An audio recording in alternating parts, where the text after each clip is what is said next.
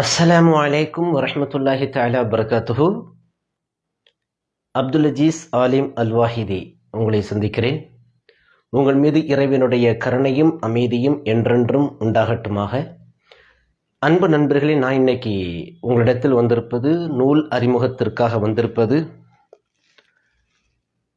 சஹாபாக்கள் வரலாறு.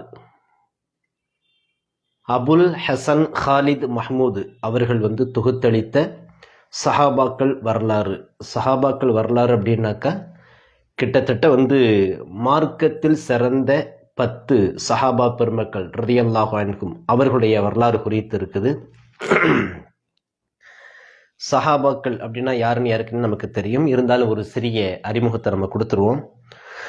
முஹம்மது நபி ஸல்லல்லாஹு அலைஹி வஸல்லம் அவர்களை நேரடியாக சந்தித்து அவர்களிடத்தில் இஸ்லாத்தை தம்முடைய வாழ்க்கை நெறியாக ஏற்றுக்கொண்டு ஒரு முஸ்லிமாகவே வாழ்ந்து முஸ்லிமாகவே மரணிக்கக்கூடிய ஒருவர் சஹாபி, நபித்தோழர் ரதியல்லாஹு அன்ஹு என்பதாக சொல்லப்படுகின்றது இஸ்லாமிய வரலாற்றிலும் வழக்கிலும்.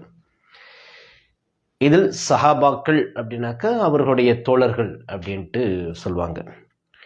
இதில் கிட்டத்தட்ட ஒரு 10 நபித்தோழர்கள் ரதியல்லாஹு அன்ஹும் அவர்கள் குறித்து பல செய்திகள் இதில் இருக்குது. இந்த நூலினுடைய மூல ஆசிரியர் அல்லாமா ஷிபிலி நுஅமானி, அல்லாஹ்வுடைய மன்னரையே ஒளி நிரம்பியதாக ஆக்கி கேட்டும், அவர்கள் தொகுத்தளித்த ஒரு நூல். அதாவது அறிவில் சிறந்த 20 நபர்கள் ரலியல்லாஹு அன்ஹு அப்படின்னு சொல்லிட்டு ஒரு நூல் போட்டிருக்கிறாங்க. பேரறிஞர்களாய் திகழ்ந்தவர்கள் 6 நபர்கள் அப்படின்ற மாதிரியும், அறிவில் சிறந்த அல்லாமாக்களாய் திகழ்ந்தவர்கள் 20 பேர் அப்படிங்கிற ஒரு நூலை குறிப்பிடுகிறாங்க. எந்த நூலில் குறிப்பிடுகிறாங்க அப்படிங்கிற குறிப்பு இதில் இல்லை. அந்த நூலிலிருந்து 10 நபர்களை அபுல் ஹசன் ஹாலித் மஹ்மூது அவர்கள் எடுத்து எழுதியிருக்கிறாங்க. இதில் இருக்கக்கூடிய நபர்கள் நபி தோழர்கள் ரதியல்லாஹு அன்ஹும் உமர் ஃபாரூக், அலி இப்னு அபி தாலிப், அப்துல்லாஹ் பின் மஸ்ஊத், அப்துல்லாஹ் பின் அப்பாஸ், அப்துல்லாஹ் பின் உமர், ஜெயித் பின் சாபித், அபு முசல் அஷ்அரி, அபு ஹுரேரா, ஜாபிர் பின் அப்துல்லா மற்றும் அன்னை ஆயிஷா ரதியல்லாஹு தஆலா அன்ஹும் போன்ற 10 நபர்கள் குறித்து உண்டான செய்திகள் இதில் குறிப்பிட்டிருக்கிறாங்க. இது என்ன மொழியில, உருது மொழின்னு நினைக்கிறேன், உருதுவா ஃபார்சியான்னு தெரியல, உருது மொழின்னு நினைக்கிறேன். அந்த மொழியிலிருந்து தமிழாக்கம் செய்தது நம்முடைய அருமை நண்பர் உஸ்தாது மௌலவி சையது அப்துர் ரஹ்மான் உமரி அவர்கள் இந்த நூலை தமிழாக்கம் பண்ணியிருக்கிறாங்க. இந்த நூல் வெளியீடு சாஜிதா புக் சென்டர் அவங்க வெளியிட்டு இருக்கிறாங்க சென்னையிலிருந்து. சுமார் 500 பக்கங்களை உள்ளடக்கியது இந்த நூல். 350 ரூபாய் இதனுடைய தொகை. இது அல்லாமல் வேறு பல நூல்கள் எனக்கு ஒரு கொல்லு நதீம் அப்படின்னு ஒருத்தவங்க முகநூலில் இருக்கிறாங்க. நம்முடைய அருமையான நண்பர், தீவிரமான வாசிப்பாளர், தீவிரமான இலக்கிய ஆர்வலர், இலக்கிய விமர்சகர், ரொம்ப அற்புதமான செய்திகளை உள்ளடக்கி இருக்கிறவர்.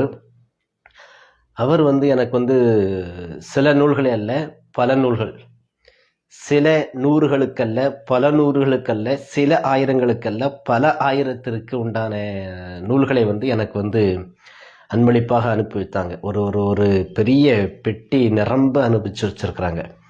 அதிலிருந்து ஒரு நூலை பற்றி தான் நான் இப்போ எடுத்து பேசுகிறேன். இந்த நூல் சையத் அப்துர் ரஹ்மான் உமரி அந்த ஹஸ்ரத் அவங்க இந்த நூலில் இருக்கக்கூடிய முதல்ல எனக்கு தென்பட்ட சின்ன சின்ன விஷயங்களை சொல்லிடுறேன். இந்த நூலில் மூல ஆசிரியர் மற்றும் தொகுப்பாசிரியர், அடுத்ததாக மொழிபெயர்ப்பாளர், இந்த மூவருடைய குறிப்பு குறித்தும் எந்த தகவலுமே இல்லை. ரொம்ப ஒரு சின்னதாக ஒரு பெறக்குள்ளதான் மூல நூலாசிரியர் பற்றி இருக்குது. இது என்ன புக்குன்றதும் எனக்கு தெரியலை. அதனுடைய என்ன மொழியில் உள்ள புக்கை தமிழாக்கம் பண்ணியிருக்கிறாங்க அப்படிங்கிறதையும் தெரியலை. இந்த மூனை மிகுந்த எந்த நூல் நம்ம மொழிபெயர்த்தாலும் அல்லது கொடுத்தாலும் ஆசிரியர் பற்றி உண்டான ஒரு சிறு குறிப்பு, மூல நூலாசிரியர் குறித்து உண்டான ஒரு சிறு குறிப்பு, அடுத்ததாக இது எந்த காலகட்டத்தை சார்ந்த ஒரு நூல், அடுத்ததாக அந்த மொழிபெயர்த்தவர்கள் குறித்து உண்டான ஒரு சின்ன தகவலையும் கொடுத்துட்டோம் அப்படின்னாக்கா, இது போன்று ஏராளமான நூல்களை அப்துர் ரஹ்மான் உமரி ஹசரத் அவங்க நிறைய மொழிபெயர்த்திருக்கிறாங்க, சுயமாக எழுதியிருக்கிறாங்க. அநேகமாக ஒரு 100 நூல்களுக்கு அதிகமாக வந்து எழுதவும் மொழிபெயர்க்கவும் செய்திருக்கிறார்கள். ரொம்ப மிகச்சிறந்த சேவை அது. அல்லாஹ் அவருடைய ஆயுளை நீடிக்க செய்யட்டும். அவர்களுடைய நேரத்தில் அபிவிருத்தியை கொடுத்து மேலும் பல நூல்களை வந்து எழுத செய்வானாகன்ட்டு நிறைய துவா செஞ்சுக்கிறேன். அவர்கள் மூலமாக சமூகத்திற்கு பொதுமக்களுக்கு பயனடையக்கூடிய பல நூல்களை வந்து தரணுங்கிறதையும் ஒரு ஆர்வமாக நான் உங்களுக்கு துவாவாகவும் சொல்லிக்கிறேன் இன்ஷா அல்லாஹ். அடுத்து இந்த ஒரு சின்ன விஷயம்தான். அடுத்து சாஜிதா புக் சென்டர் ரொம்ப அற்புதமான பல நூல்களை வந்து போடுவாங்க. சாஜிதா புக் சென்டர் குறித்து வந்து வரலாற்று நூல்கள் போடும்போது ரொம்ப அற்புதமாக இருக்கும். அந்த வகையில் நம்ம இதை வந்து முழுக்க முழுக்க வந்து வரவேற்கிறோம். வேறு சில இந்த கொள்கைகள் சம்பந்தப்பட்ட பல நூல்கள் சில நூல்கள் வந்து போட்டிருக்கிறாங்க. அதில் நமக்கு வந்து உடன்பாடு கிடையாது அப்படிங்கிற செய்தியை நாம் வந்து சொல்லிடுறோம். சாஜிதா புக் சென்டர் வந்து ரொம்ப நிறைய அற்புதமான நூல்களை வந்து போட்டிருக்கிறாங்க. அத்தோடு மட்டுமில்லாமல் அவர்களுடைய நூல் வடிவமைப்பு, அட்டை வடிவமைப்பு, கெட்டி அட்டையில் நிறைய நூல்களை வந்து கொடுத்துருக்குறாங்க. அவ்வளோ நல்லா கட்டமைப்பெல்லாம் ரொம்ப நல்லா இருக்கும். அவங்களுடைய முயற்சிகளுக்கும் நம்ம வந்து பாராட்டுகளை வந்து தெரிவிச்சுக்குவோம். 1 2 அடுத்ததாக நூலுக்குள்ளாக வந்துடுவோம். அப்துல் ரஹ்மான் உமரி ஹசரத் அவங்க வந்து எழுத்து எப்படி இருக்குது அப்படின்னாக்கா ஒரு 2 அல்லது ஒரு 3 நாட்களுக்கு முன்பதாக ஒரு ஊருக்கு வந்து ஒரு பயானுக்காக நான் போயிருந்தேன். ஒரு உரைக்காக, இளைஞர்கள் நல்லொழுக்க பயிற்சிக்காக போயிருந்தேன். சுமார் ஒரு 1 மணி நேரம் வந்து பேசக்கூடிய ஒரு வாய்ப்பு கிடைச்சிச்சு. அதில் வந்து இதில் இருந்து 2 நபர்கள் பற்றி சில குறிப்புகள் மட்டும்தான் எடுத்துகிட்டு போனேன். சுமார் 1 மணி நேரம் அதை பேசியிருக்கிறேன். அப்துல்லாஹ் பின் அப்பாஸ் ரதியல்லாஹு அன்ஹு அவர்கள் குறித்தும் அன்னை ஐஷா ரதியல்லாஹு அன்ஹா அவர்கள் குறித்தும் உண்டான அந்த ஒரு சிறிய தகவலை மட்டும்தான் சொன்னால் அதுக்கே வந்து 1 மணி நேரம் ஆயிருக்குது. இதில் வந்து 10 நபித்தோழர்கள் ரதியல்லாஹு அன்ஹும் அவர்கள் குறித்து உண்டான வாழ்க்கை செய்திகள் வந்து அவ்வளவாக நிரம்பி இருக்கிறது. அதில் வந்து ஒரு முத்தாய்ப்பான சில விஷயங்களை வந்து நான் வந்து உங்களுக்கு சுட்டி காட்டுறேன். இந்த நூலில் இருக்கக்கூடிய முறைகள் ஒரு 2-3 நாளைக்கு முன்னாடி யதார்த்தமாக இதில் சில குறிப்புகள் பார்த்தது வந்து ஆர்வத்தில் வந்து இந்த நூலை வந்து வாசிக்க ஆரம்பித்தேன். டக்குன்னு பார்த்தா முடிஞ்சு போச்சு. இது எப்படி இருக்குன்னாக்கா, எங்கள் ஊர் எப்படி இருக்குது அப்படின்னாக்கா வந்து ஒரு பனிச்சறுக்குக்கு போகிறோம் இல்லையா, பனிச்சறுக்கு விளையாடுகின்ற பொழுது அந்த கையில் வந்து பிடிமானத்துக்கு எதுவும் இல்லை அப்படின்னாக்கா உங்களுக்கு இழுத்துக்கிட்டே போகும். அந்த மாதிரியான ஒரு எழுத்தை நீங்கள் வந்து நிறுத்தணுன்ட்டு எங்கேயாச்சும் நினைச்சா தான் நீங்கள் நிறுத்த முடியும். இல்லை என்றால் அது உங்களை வந்து அந்த வரலாற்று சுவராசியத்தில் வந்து உங்களை வந்து அந்த வரலாற்றுக்குள்ளார இழுத்துட்டு போய்கிட்டே இருக்கும். டக்குன்னு வந்து போய்கிட்டே இருக்கும். ஒவ்வொரு நபித்தோழர்கள் ரலியல்லாஹு அன்ஹும் தோராயமாக ஒவ்வொருவருக்குமே ஒரு 50 பக்கத்தை வந்து கொடுத்துருக்குறாங்க. இதில் குறிப்பிட்டிருக்கக்கூடிய முக்கியமான பல செய்திகள் இருந்தாலும் முத்தாய்ப்பாக சொல்லக்கூடிய விஷயங்கள் ஒவ்வொரு நபித்தோழர்கள் அவர்களுடைய பிறப்பு ரலியல்லாஹு அன்ஹும், அவருடைய பிறப்பு, அவருடைய வளர்ப்பு, அவர்கள் எந்த வருஷம் பிறந்தாங்க, எந்த வருஷம் மரணிச்சிருக்கிறாங்க அப்படிங்கிறது ஒன்று. அடுத்ததாக அவர்களுக்கும் கண்மணி நாயகம் ஸல்லல்லாஹு அலைஹி வஸல்லம் அவர்களுக்கும் இடையில் இருக்கக்கூடிய அந்த தொடர்பு எப்படி அவங்களுடைய தொடர்பு ஏற்பட்டுச்சு அப்படிங்கிற செய்தியை வந்து கொடுக்குறாங்க 2. அடுத்ததாக அவர்களுக்கு இருக்கக்கூடிய கல்வி அறிவு எப்படி, இதில் வந்து 10 பேர் குறித்து போட்டிருக்கு இல்லையா, 10 பேருமே கல்வியில் கரை கண்டவர்கள் அப்படிங்கிறதான் வந்து எடுத்திருக்கிறாங்க. நானும் அதை பார்த்தேன். என்றாலும் எனக்கு ஒரு சின்ன நெருடல் இருந்துச்சு. உமர் மற்றும் அலி ரதியல்லாஹு அன்ஹுமா ஆகிய 2 பேரை வந்து இதில் இணைத்திருக்க வேண்டாம் அப்படிங்கிறது எனக்கு ஒரு சின்ன ஒரு நெருடல் இருந்துச்சு. ஏனென்றால் இவர்கள் இருவருமே தனிப்பட்ட முறையில் வந்து அவர்களுக்கென்று தனி நூல்கள் மிகப்பெரிய தொகுப்புலாம் இருக்குது என்கின்ற பொழுது வேறு 2 நபர்களை, அதிலும் குறிப்பாக 1 அல்லது 2 பெண்மணிகளை குறிப்பிட்டிருந்தால் இன்னும் கூடுதலான செய்திகள் வந்து கிடைச்சிருக்கும் அப்படிங்கிறது என்னோட தனிப்பட்ட கருத்து இது. ஆனாலும் இந்த 10 நபர்கள் குறித்து உண்டான செய்திகள் வந்து ரொம்ப அற்புதமான செய்திகள். வாசிக்கின்ற பொழுது நமக்கு தெரிஞ்சிடும் எந்த கேட்டகரியில் இவங்களாம் வர்றாங்க அப்படின்னு சொல்லிட்டு வந்து ரொம்ப இலகுவாக தெரிஞ்சிடும். ஒவ்வொருவருக்கும் இருக்கக்கூடிய கல்வி அறிவு, அந்த கல்வி அவர்கள் பெற்றுக்கொண்ட முறைகள், அந்த கல்வி அவர்கள் பிற மக்களுக்கு எடுத்து சொன்ன விதங்கள், ஒவ்வொருவருமே இதில் வந்து சுமார் வந்து 60, 70, 80, 90 ஆண்டுகள் வரைக்கெல்லாம் வந்து வாழ்ந்திருக்கிறாங்க. அவர்கள் வந்து எந்த அளவிற்கு வந்து மக்கள் மத்தியில் வந்து கல்வியை போதிச்சிருக்கிறாங்க, அவர்களுக்கு உண்டான இருக்கக்கூடிய மாணவர்களுடைய செல்வாக்கு, பொதுமக்களுடைய செல்வாக்கு, அது மக்கள் மத்தியில் எப்படிப்பட்ட சூழ்நிலையில் இருந்திருக்கிறாங்க, அரசியல் விவகாரங்களில் வந்து எப்படிப்பட்ட நிலைப்பாட்டை எல்லாம் எடுத்திருக்கிறாங்க அப்படிங்கிற மாதிரியான பல செய்திகள் வந்து நமக்கு வந்து ரொம்ப அதிகமாக காண கிடைக்கின்றது.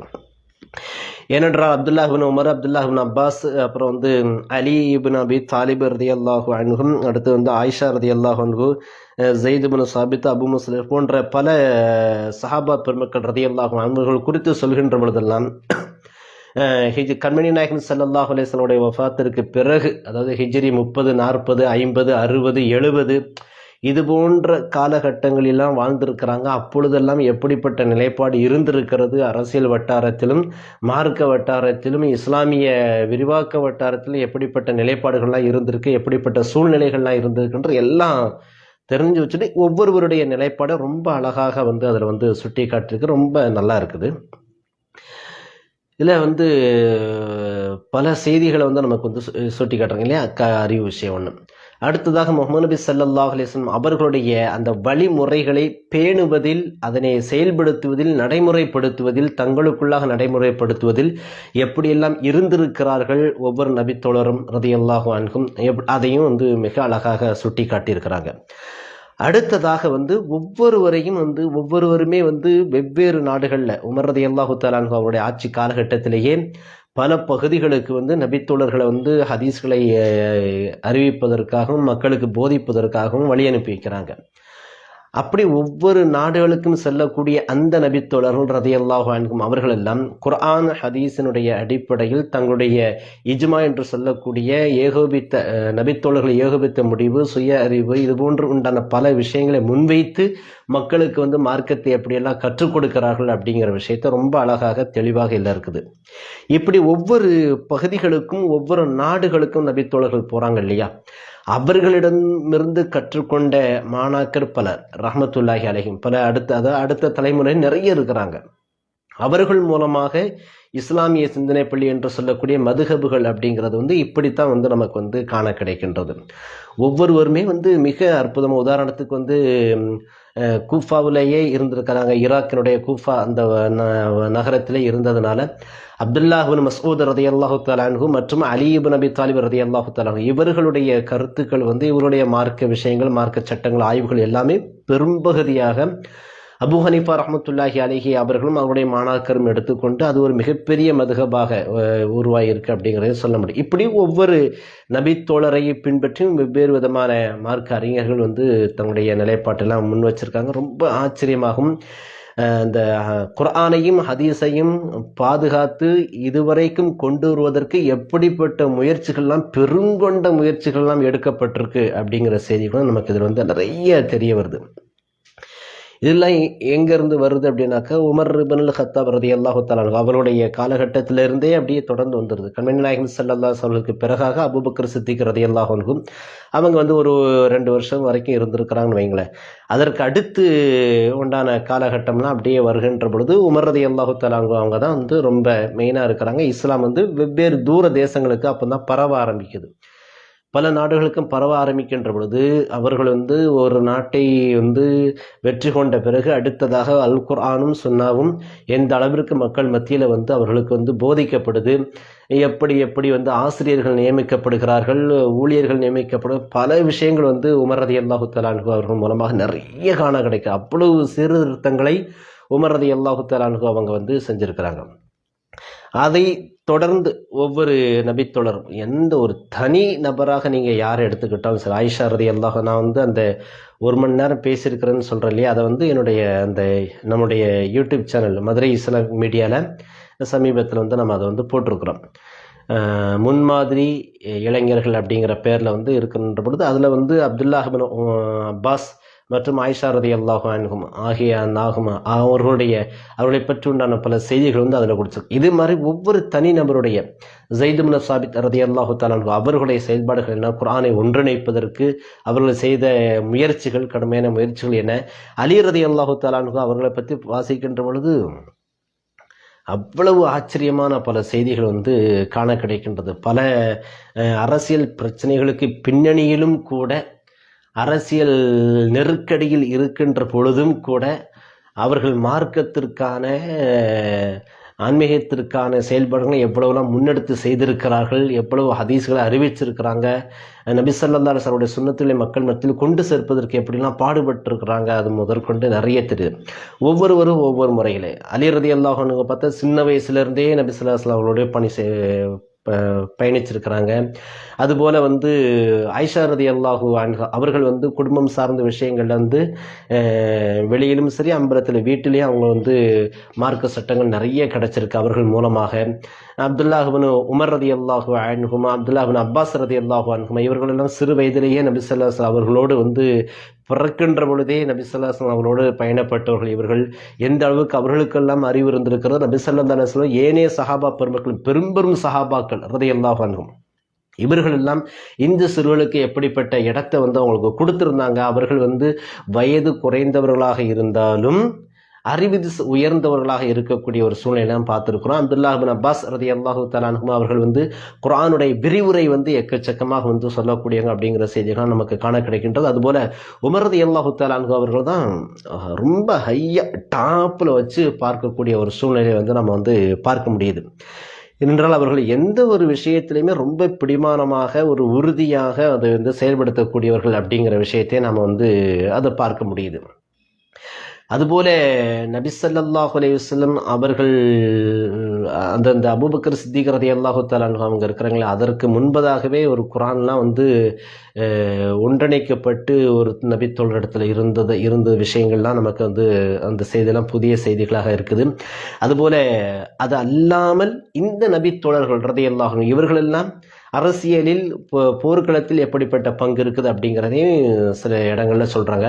ஒவ்வொருவருடைய தனிப்பட்ட வாழ்வும் எப்படி இருந்திருக்கிறது, பொதுமக்களிடத்தில் அவர்கள் எல்லாம் எப்படி நடந்திருக்கிறார்கள், எப்படிப்பட்ட குணங்களை உடையவர்கள் அப்படிங்கிற செய்தி நமக்கு நிறைய காண கிடைக்கும். அதில் உமர் ரலியல்லாஹு தஆலா அன்ஹு அவர்கள் குறித்து பார்க்கின்ற பொழுது அவ்வளவு செய்திகள் நமக்கு எக்கச்சக்கமாக காண கிடைக்கின்றது.